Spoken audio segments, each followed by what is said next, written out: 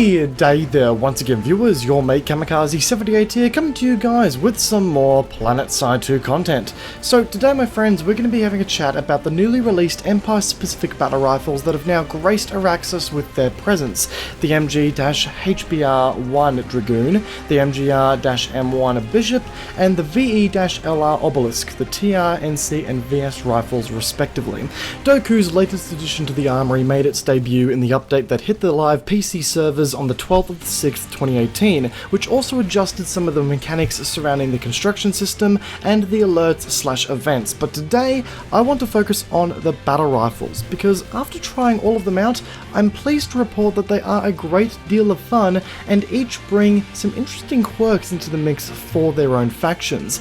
We won't be doing an all-out review here today, discussing how to use the weapons and going over all their stats, yada yada yada yada. We will just be doing a first impressions here, if you will. But let's get into it, and let's see what these weapons have to offer. Now, while each of the weapons do offer their own faction-specific elements, they all do follow a single global design, if you will. Each of them are slow-firing, heavy-hitting rifles that reward accuracy over anything. All of them, out of the gate, will fire projectiles that deal 334 damage, allowing for 4-shot kills with no damage modifiers, or as little as 2 shots to kill if you manage to score some crispy headshots.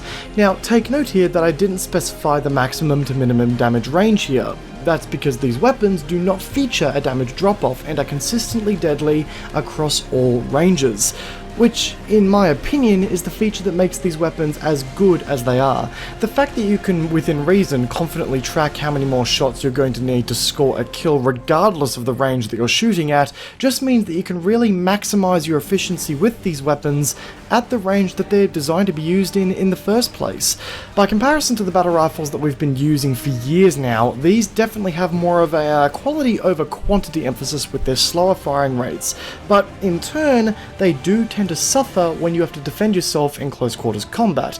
With the Warden and the TR and VS equivalents, the rate of fire that these weapons have sees you being able to defend yourself a little bit more confidently in that close quarters environment, but that just simply isn't the case here. With that said, the old style battle rifles feature damage drop-offs that make them less capable at range overall. As a reference, consider these new battle rifles as more of a surgical option over the ones that we've been using to date. Now, all classes bar the max suit and the light assault can make use of these new battle rifles, which means that you really have the opportunity here to kind of apply a long-range supportive role to any class you choose. I've been making great use of this on my medic for one, as being able to sit back, keep yourself out of harm's way, while still being able to dish out some punishment back towards the heretics that are hurting your friends, is a really good combination and actually makes for a really powerful loadout.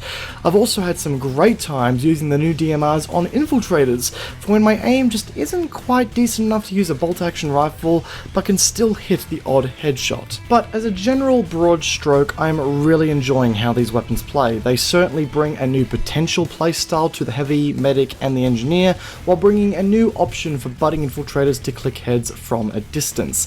I think one of the reasons that I really enjoy these weapons so much is that they do require some skill to use, but are so damn rewarding when you get them right. I've had some dominating runs with these things so far, but it is also nice to have an option that lets you sit back and enjoy the battlefield from afar on classes other than the infiltrator, a little bit more confidently than the battle rifles that we had previously at least. Anyway, these are Empire-specific weapons with Empire-specific traits.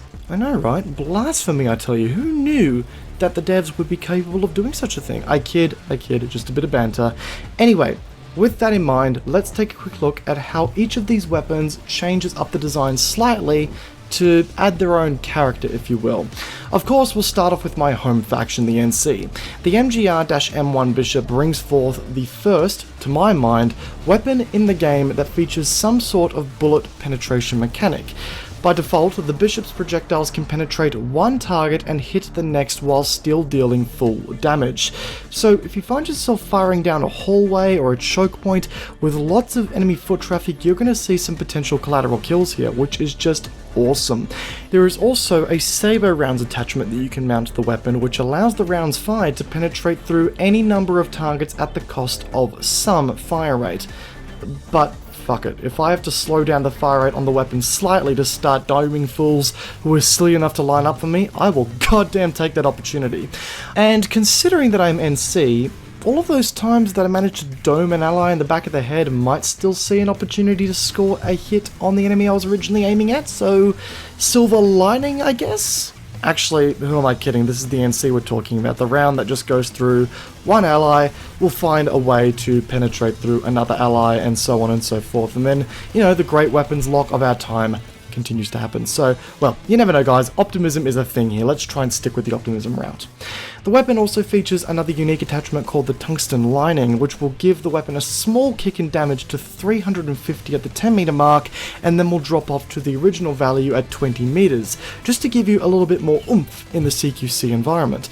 The price to pay for this is a decent increase to vertical recoil, but quite frankly, considering that you will only ever be using this weapon in single fire, such an effect doesn't seem to have a huge impact to my mind, at least while I was using the weapon. Considering that saber rounds also have an effect on your rate of fire, I don't think that you'll see a huge impact on the weapon's recoil with those two attachments working together. Now, moving on to the TR's MGHPR1 Dragoon. What's so special about this bag of tricks? Well, as we all know, the TR are all about that rate of fire. And so they decided to create the first ever fully automatic battle rifle in true TR fashion.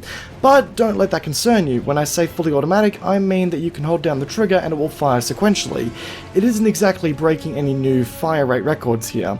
185 rounds per minute is the fire rate here, which is quite frankly nothing. You will get the similar results by simply tap firing the weapon as you would with any other sniper rifle or DMR. Which is why I don't really see a point at all in the single fire mode attachment that takes up the barrel slot on this weapon, or at least can take up the barrel slot on this weapon. Sorry Daybreak, but you could have done a little bit better there to my mind with attachment options originality. The weapon is already controllable enough to not warrant as such an attachment, but hey, if you have a heavy trigger finger, then the option to attach a single fire mode attachment is there if you wish. However, the Dragoon does get one more interesting attachment in the form of explosive ammunition, which will reduce the weapon's damage output to 250 across the board, which places it at a risk of becoming a 5-shot kill or greater, depending on, damage modifiers and things like that, but does add an explosive radius that deals 75 damage within 1.5 meters, with the rounds coming with a minimum arming distance of 10 meters.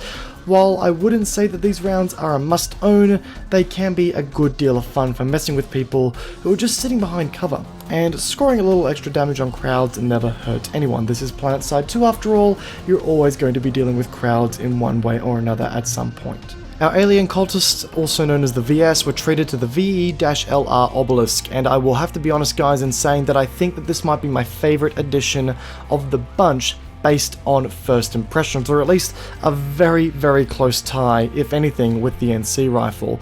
I know, I'm being traitorous to my home faction and yada yada, but quite frankly, I think the VS got the better end of the stick here. Why? Well, because it comes with a heat mechanic and the fact that the VS get the no bullet drop mechanic as a faction bonus. The fact that this weapon features a heat mechanic means that you are never required to find and engineer for ammo, and with this kind of weapon, if you get into a good spot, you can see yourself wasting away your ammo reserves quite quickly. I've done it with the Bishop multiple times. With the Obelisk, you don't need to worry about that. You have a good spot, you can simply stay there as long as you want. And on the contrary to something such as, the Beetlejuice for example, this weapon requires you to pace your shots, and it's going to be a rare occurrence where you're going to be trying to take on multiple targets quickly. So you're very rarely going to run into a situation where you overheat the weapon. So the overheating mechanic isn't something you're going to see all that often. And that no bullet drop mechanic is also a godsend for obvious reasons for a weapon of this design. Interestingly enough, the Obelisk also trades the laser sight for the safety overdrive as the quote-unquote hip-fire assistance option of a weapon loadout. The attachment will reduce the hip-fire cone of fire, decrease the heat per shot generated by the weapon while it is being used in hip-fire, but it will also decrease the damage per shot and increase the rate of fire. This gives the weapon a panic mode, if you will, that you can tap into when needed if you are caught off guard. Quite a unique one. Not entirely sure if I like it just yet, but when I get around to reviewing the weapon in full, you guys will find out in more detail. And guys, with all that said, that kind of wraps up everything I wanted to talk about here in regards to these battle rifles today. As I said, it was going to be a very general overview style of video. I'm not going into a huge amount of detail yet, because that will be saved for the full weapon reviews, and I've also potentially got to do a review for the Watchman still. I did kind of fall a little bit behind there before I went on my hiatus. So it was really good to return to this game update for Planetside 2 and to play with these new rifles. And I hope you guys enjoyed this video. Let me know what you guys think of the battle rifles yourself. Are you enjoying them? Do you think they're really good? Or do you think they're falling a little bit short and not exactly healthy additions to the game? Let me know what you think in the comment section down below, guys. Once again, guys, hope you enjoyed today's video. If you find yourself enjoying the video, backhand that like button and backhand that subscribe button whilst you're at it to keep up to date with the content in which I'm releasing here on my channel. Social media links are in the description for your viewing pleasure as well, guys, so feel free to follow me on Twitter, follow me on Twitch as well, guys, to keep up to date with all things that I'm doing here on my channels. Once again, guys, hope you enjoyed today's video. Peace out, and I'll be seeing you all next time. Have a good one, guys. Take care.